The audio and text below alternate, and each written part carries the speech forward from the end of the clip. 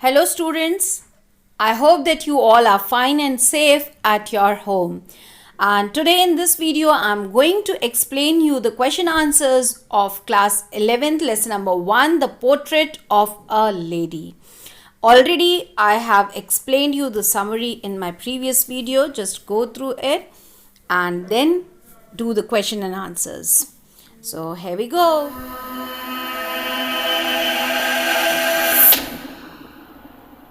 The first question is the three phases of the author's relationship with his grandmother before he left the country to study abroad. तो वो कौन से three phases थे जो उनके relationship में थे?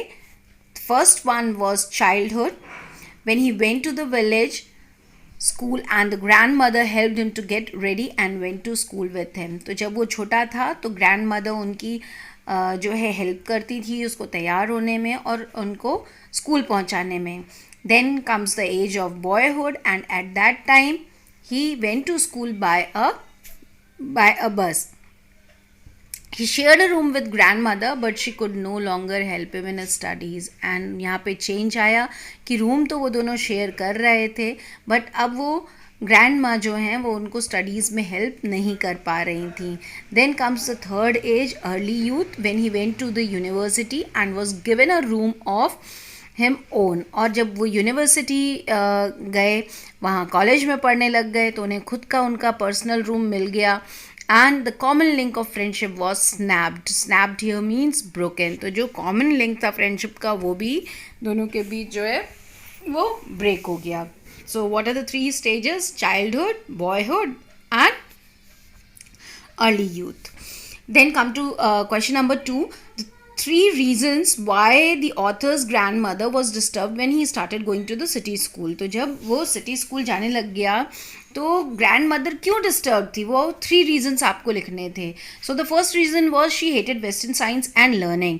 तो फर्स्ट रीज़न आपको ये लिखना है कि उनको सब्जेक्ट बेस्ड लर्निंग पसंद नहीं थी, वेस्टर्न स्टडीज़ उनको बिल्कुल अच्छी नहीं लगती थी. And second reason, she was pain to know that there was no teaching of God and the scriptures there. City school में क्या था, वहाँ पे धार्मिक पढ़ाई बिल्कुल भी नहीं होती थी, भगवान के बारे में कुछ भी नहीं बताया जाता था. Therefore she hated the school. Then third one is she was allergic to music. उनको म्यूज़िक भी बिल्कुल पसंद नहीं था. She thought it was not meant for decent people and gentle folk. It was the monopoly of prostitutes and beggars. और उनको music क्यों नहीं पसंद था? Because according to her it was not meant for decent people. Decent people के लिए, सब लोगों के लिए म्यूज़िक नहीं बना था. And it was monopoly of prostitutes. Prostitutes means ladies जो गाना बजाना करती हैं, वैश्यवृत्ति में रहती हैं. एंड बेगर्स और भिखारी जो गा गा के भीख मांगते हैं. तो ये तीन रीजंस थे. देन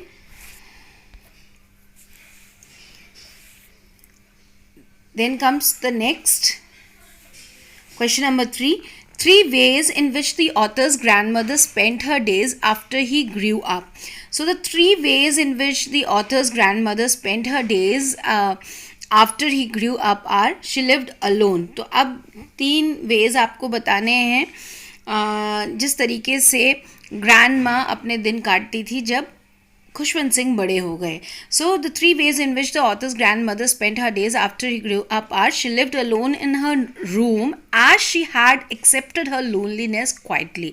तो वो अकेले ही अपने रूम में रहती थी और ऐसा लगता था जैसे कि उन्होंने अपना अकेलापन जो है उसको एक्सेप्ट कर लिया, चुपचाप एक्सेप्ट कर लिया है. Second point is she said at her spinning wheel reciting prayers. So most of the time she spent her time spinning wheel and reciting prayers. प्रार्थना करती रहती थी. Third point is in the afternoon she would feed the sparrows for half an hour. ये उनका सबसे favourite काम था जब वो आफ्टरनून में बैठकर और स्पैरोज को खाना खिलाती थी. Then question number 4 is the odd ways in which author's grandmother behaved just before she died. तो मरने से पहले वो कौन सा odd way था जिस तरीके से जो ग्रैंड माँ है वो बिहेव कर रही थी. So just before her death the author's grandmother refused to talk to them. तो बिफोर हर डेथ उन्होंने बात करने से मना कर दिया. Since she had omitted to pray the previous night while she was singing songs of homecoming and beating the drum, she was not going to waste any more time. So अब उन्होंने मरने से पहले prayer करना, जो कि उनको सबसे अच्छा लगता था और वो कभी नहीं छोड़ती थी, तो वो प्रेयर भी उस दिन उन्होंने नहीं की एंड मरने की एक रात पहले. एंड शी वॉज सिंगिंग, क्यों?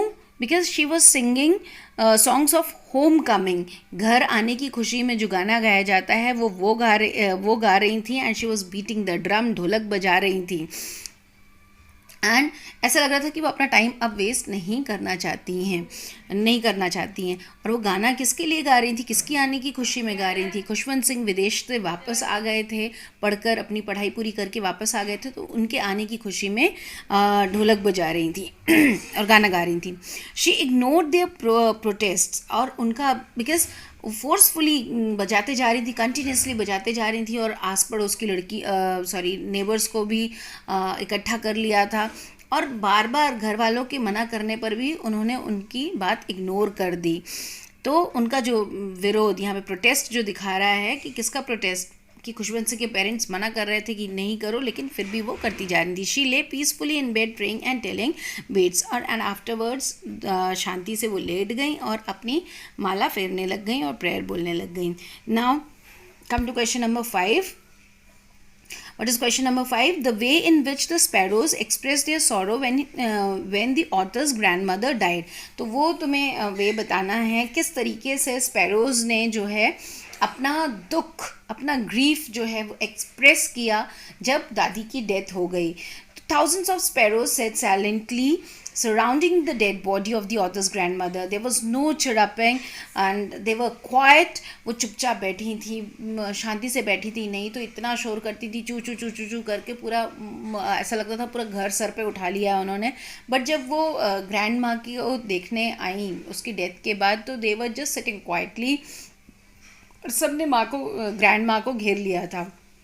The author's mother threw some crumbs of bread to them. अब वो आई तो ऑथर की जो ममा हैं उन्होंने ब्रेड क्रम्स भी दिए, but they took no notice of them. They took no notice of them means कि उसकी तरफ ध्यान ही नहीं दिया, ब्रेड क्रम्स की तरफ ध्यान ही नहीं दिया, वो नहीं खाया उन्होंने. As soon as grand mother's corpse was carried off, और जैसे ही ग्रैंड माँ की डेड बॉडी ले जाई गई, दे फ्लू अवे क्वाइटली, चुपचाप वो वहाँ से उड़ गई. Thus, the sparrows express their sorrow, and in this way, sparrows express their sorrow. Now, see, come to B part, talking about the text here. आपकी एनसीईआरटी बुक पेज नंबर 7 का दिया हुआ है. Now, the author's grandmother was religious person. What are different ways in which we come to know this? तो ये easily आप लोग लिख सकते हो कि कैसे तुमको पता है कि जो ग्रैंड माँ है, ऑथर की ग्रैंड माँ है, वो एक रिलीजियस, धार्मिक पर्सन थी. The author's grand mother was a deeply religious lady. We come to know this through the different ways of her behavior. Now first of all, she visited the temple every morning and read scriptures. वो temple जाना कभी skip नहीं करती थी, हर दिन वो temple जाती थी और अपनी धार्मिक किताब पढ़ती थी. At home she always mumble in Audible prayer, means ज़ोर ज़ोर से नहीं, मम्बल, धीरे धीरे धीरे धीरे बड़बड़ करके अंदर ही अंदर, मन के अंदर वो प्रेयर बोलती रहती थी. And kept telling the beads of rosary, और माला फेरती रहती थी. Rosary means Mala. She would repeat prayers in sing-song manner while getting the writer ready for school. और जैसे ही वो राइटर को जब स्कूल के लिए तैयार करती थी तो गाना गाती रहती थी, भगवान की जो मॉर्निंग प्रेयर है, प्रार्थना जो है, वो गाती रहती थी, गाने के रूप में गाती रहती थी. She hope that he would learn it by heart. And why she use to do this? Because उनको लगता था कि अगर वो ऐसा करेंगी तो खुशवंत सिंह जो है, उनके पोते जो हैं, वो प्रेयर को लर्न कर लेंगे. She didn't like English school as there was no teaching of God and scriptures. तो और उन्हें इंग्लिश स्कूल बिल्कुल भी अच्छे नहीं लगते थे. क्यों? क्योंकि वहाँ पर कोई भी स्क्रिप्चर जो है वो नहीं पढ़ाया जाता था, भगवान के बारे में नहीं पढ़ाया जाता था या बच्चों को समझाया जाता था, इसलिए she hated English school. Even while spinning at her spinning wheel, अब इतना ही नहीं, जब वो स्पिनिंग व्हील पे बैठती थी, she would recite prayers. She used to recite prayers at that time also. Perhaps it was only once that she forgot to say her prayers. It was on the evening prior to death when she felt over excited while celebrating the arrival of her grandson with songs and beatings of drum. She continued praying and telling beads of her rosary till her last breath, and only first time she forgot. सिर्फ एक बार वो prayer करना भूली. कब भूली वो prayer करना? कब? It was on the evening prior to her death. अपनी डेथ से पहले वाली शाम को वो प्रेयर करना भूल गई. And why? Because she was very much excited, she felt overexcited, and she was busy in celebrating the arrival of her grandson. तो वो तभी भूली थी. अदरवाइज हम ये कह सकते हैं कि she was a religious person. Now come to the next question. Describe the change in relationship between the author and his grandmother. Did their feelings for each other change? तो कैसा उनका रिलेशनशिप है वो चेंज होता गया author और grand माँ का. बहुत ही अच्छा क्वेश्चन है. और क्या रियलिटी में उनकी फीलिंग्स एक दूसरे के लिए चेंज हुई? Let's come to the answer. During his boyhood the author was completely dependent on his grand mother.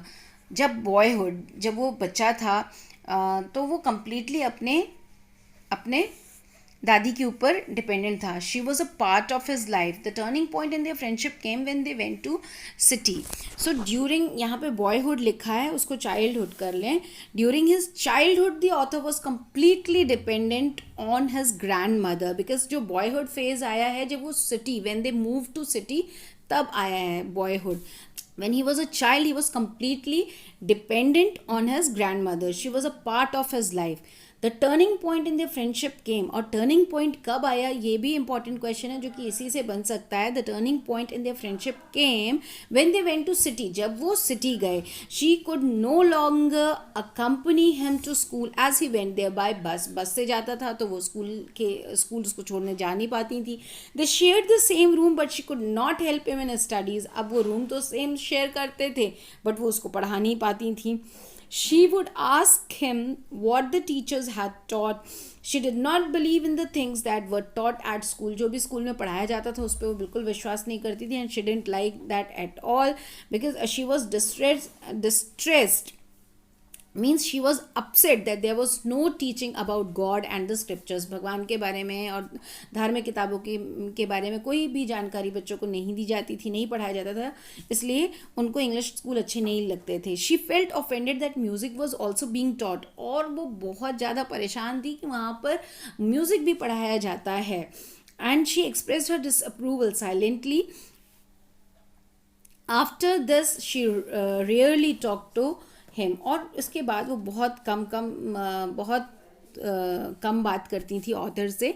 When he went to university he was given a room of his own and in this way the common link of friendship was also snapped. और जब वो university गए, author Khushwant Singh university गए, तो वहाँ पर उनको अलग से उनका पर्सनल रूम दिया. तो जो भी कॉमन लिंक था, common link was that room, तो that was also broken. Snapped means broken. So however their feelings for each other did not change, but उनकी जो feelings थी एक दूसरे के लिए, that internal bond, internal love was not changed at all. They still loved each other deeply. She went to see the author off at the railway station when he was going abroad for higher studies. जब वो higher studies के लिए abroad जा रहे थे, foreign जा रहे थे, तो वो see off करने गई थी. जो ग्रैंड माँ है वो ऑथर को see off करने गई थी. She showed no emotion but kissed his forehead silently. वहाँ पर भी उन्होंने कोई इमोशन, कोई एक्सप्रेशन नहीं दिया, बट खुशवंत सिंह को जस्ट उन्होंने किस किया उनके फोरहेड में. The author valued this as perhaps the last sign of physical contact between them. और ऑथर ने भी उसको वैल्यू किया एंड ही सेड दैट शायद ये हम दोनों के बीच में एक लास्ट साइन है फिजिकल कॉन्टेक्ट का. When the author returned after 5 years, जब 5 साल के बाद वापस आए, she received him at the station. वो उनको स्टेशन लेने भी गई. She clasped him in her arms. और उन्होंने उसको अपने आर्म्स में भर लिया, बाहों में भर लिया. बहुत अच्छे से अपना जो ऑथर का अराइवल है वो सेलिब्रेट किया. तो इस तरीके से हम ये आंसर कंप्लीट कर सकते हैं. I hope students that you all will easily able to write your own answer. Thank you for watching the video. Do like, share and subscribe for more videos. Thank you very much.